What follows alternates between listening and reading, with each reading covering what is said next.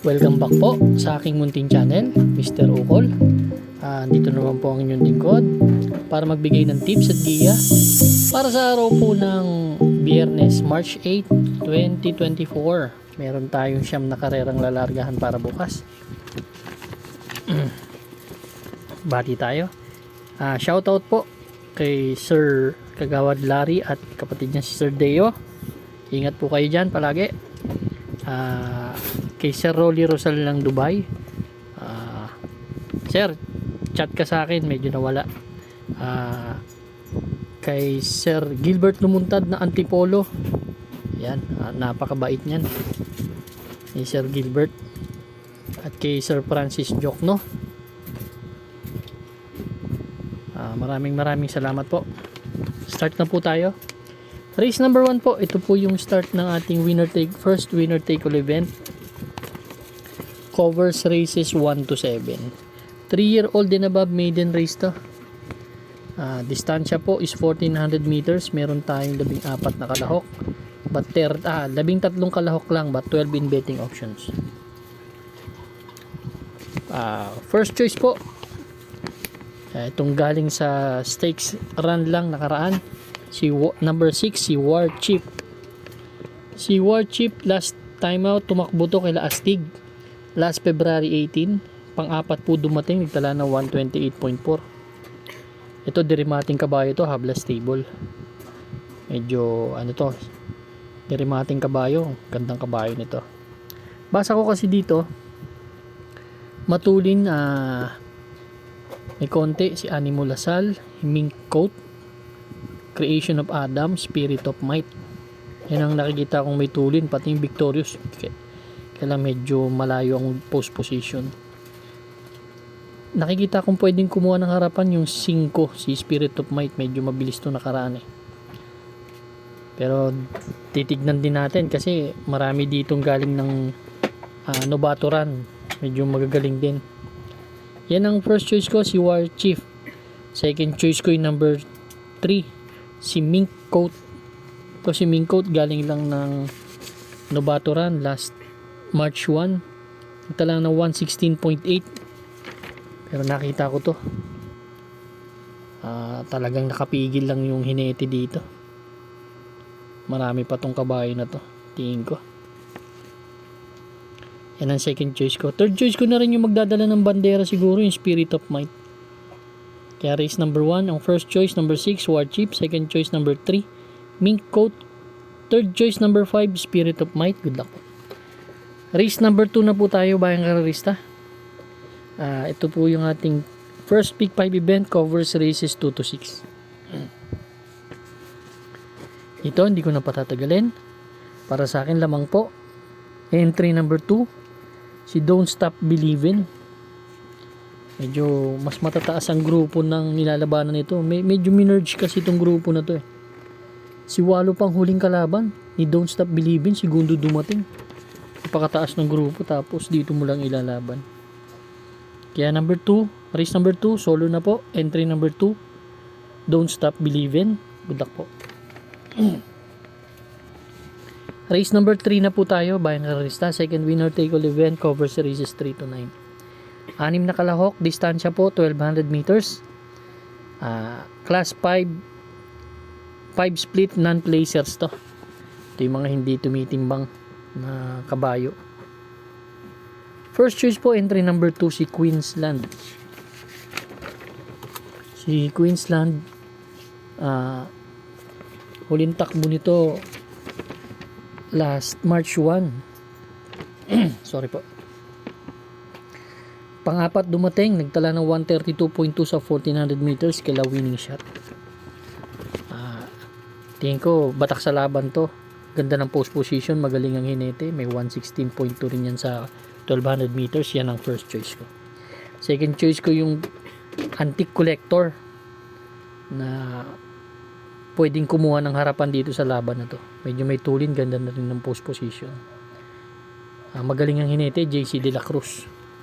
Third choice ko yung number 4, G's Song. May 115.6 kasi to sa 1200 meters.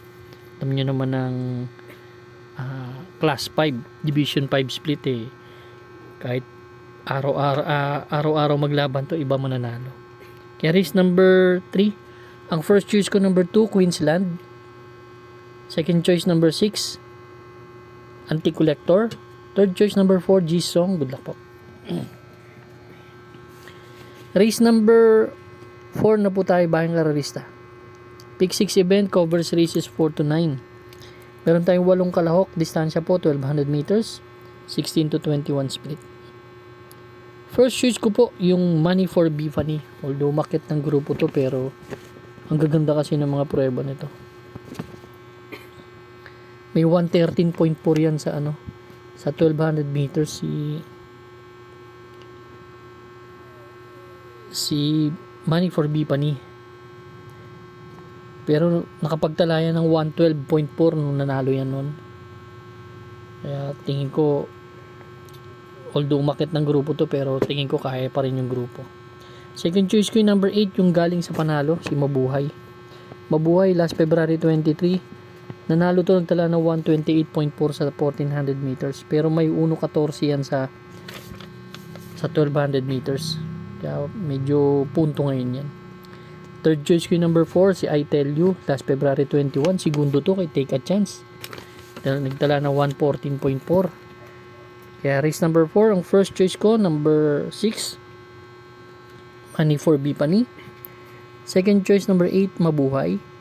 Third choice, number 4, I Tell You. Good luck po. Race number 5 na po tayo, bayang kararista. Second pick 5 event, covers races 5 to 9.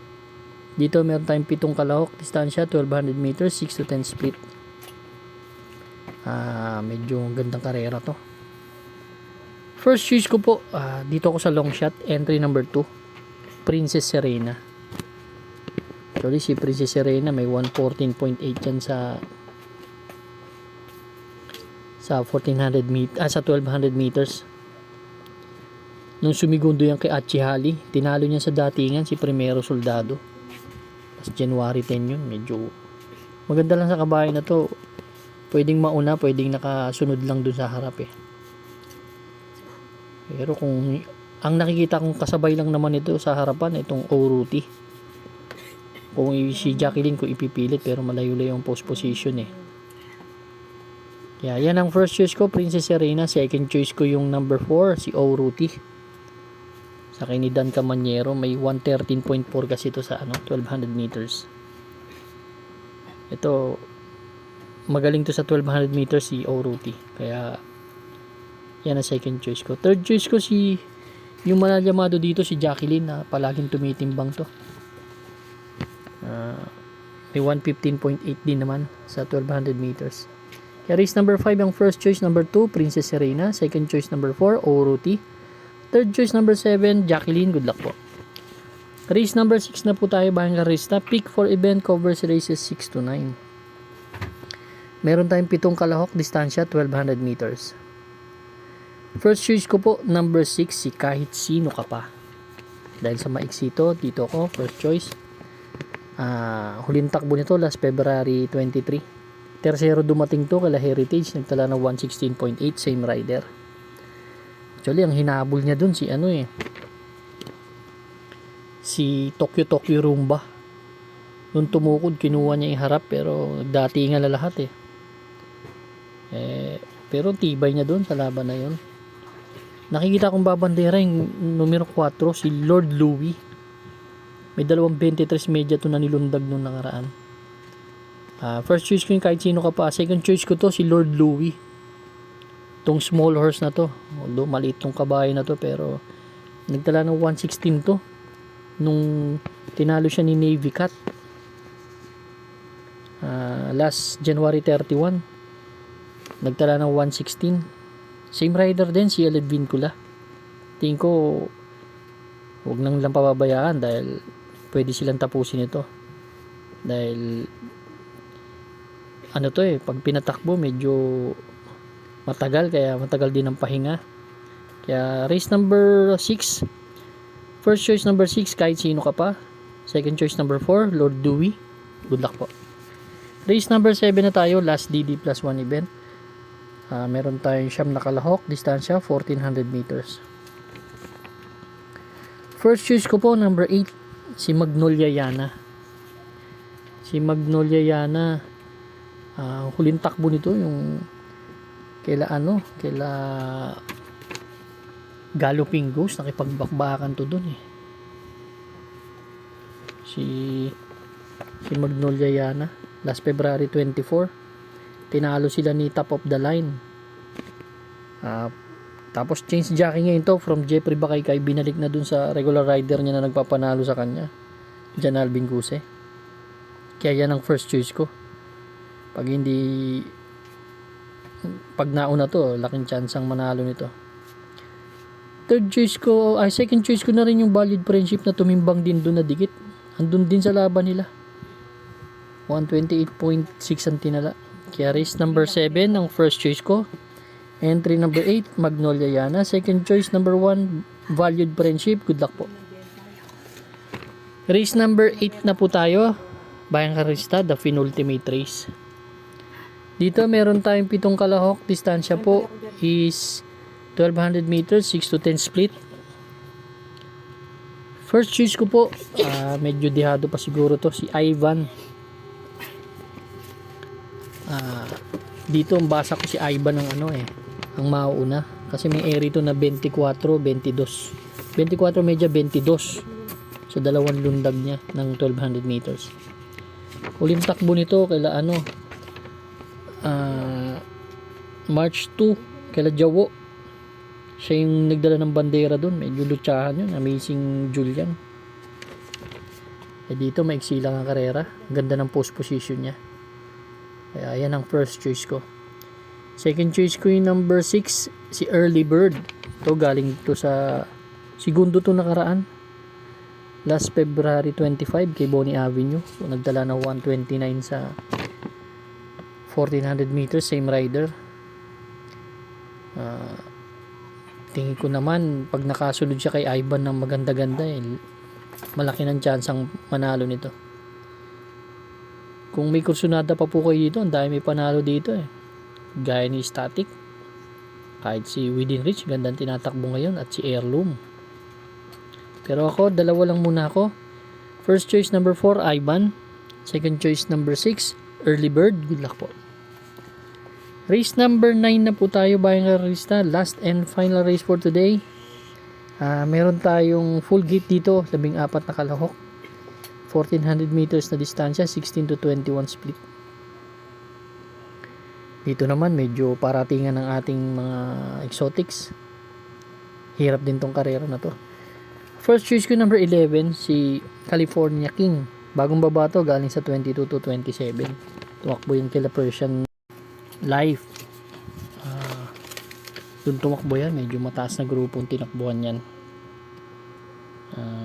Pero bago natalo yan, sunod-sunod din ang panalo niyan California King. Yan ang first choice ko. Tingin ko nagagaangan ako sa laban, basta ilaban lang.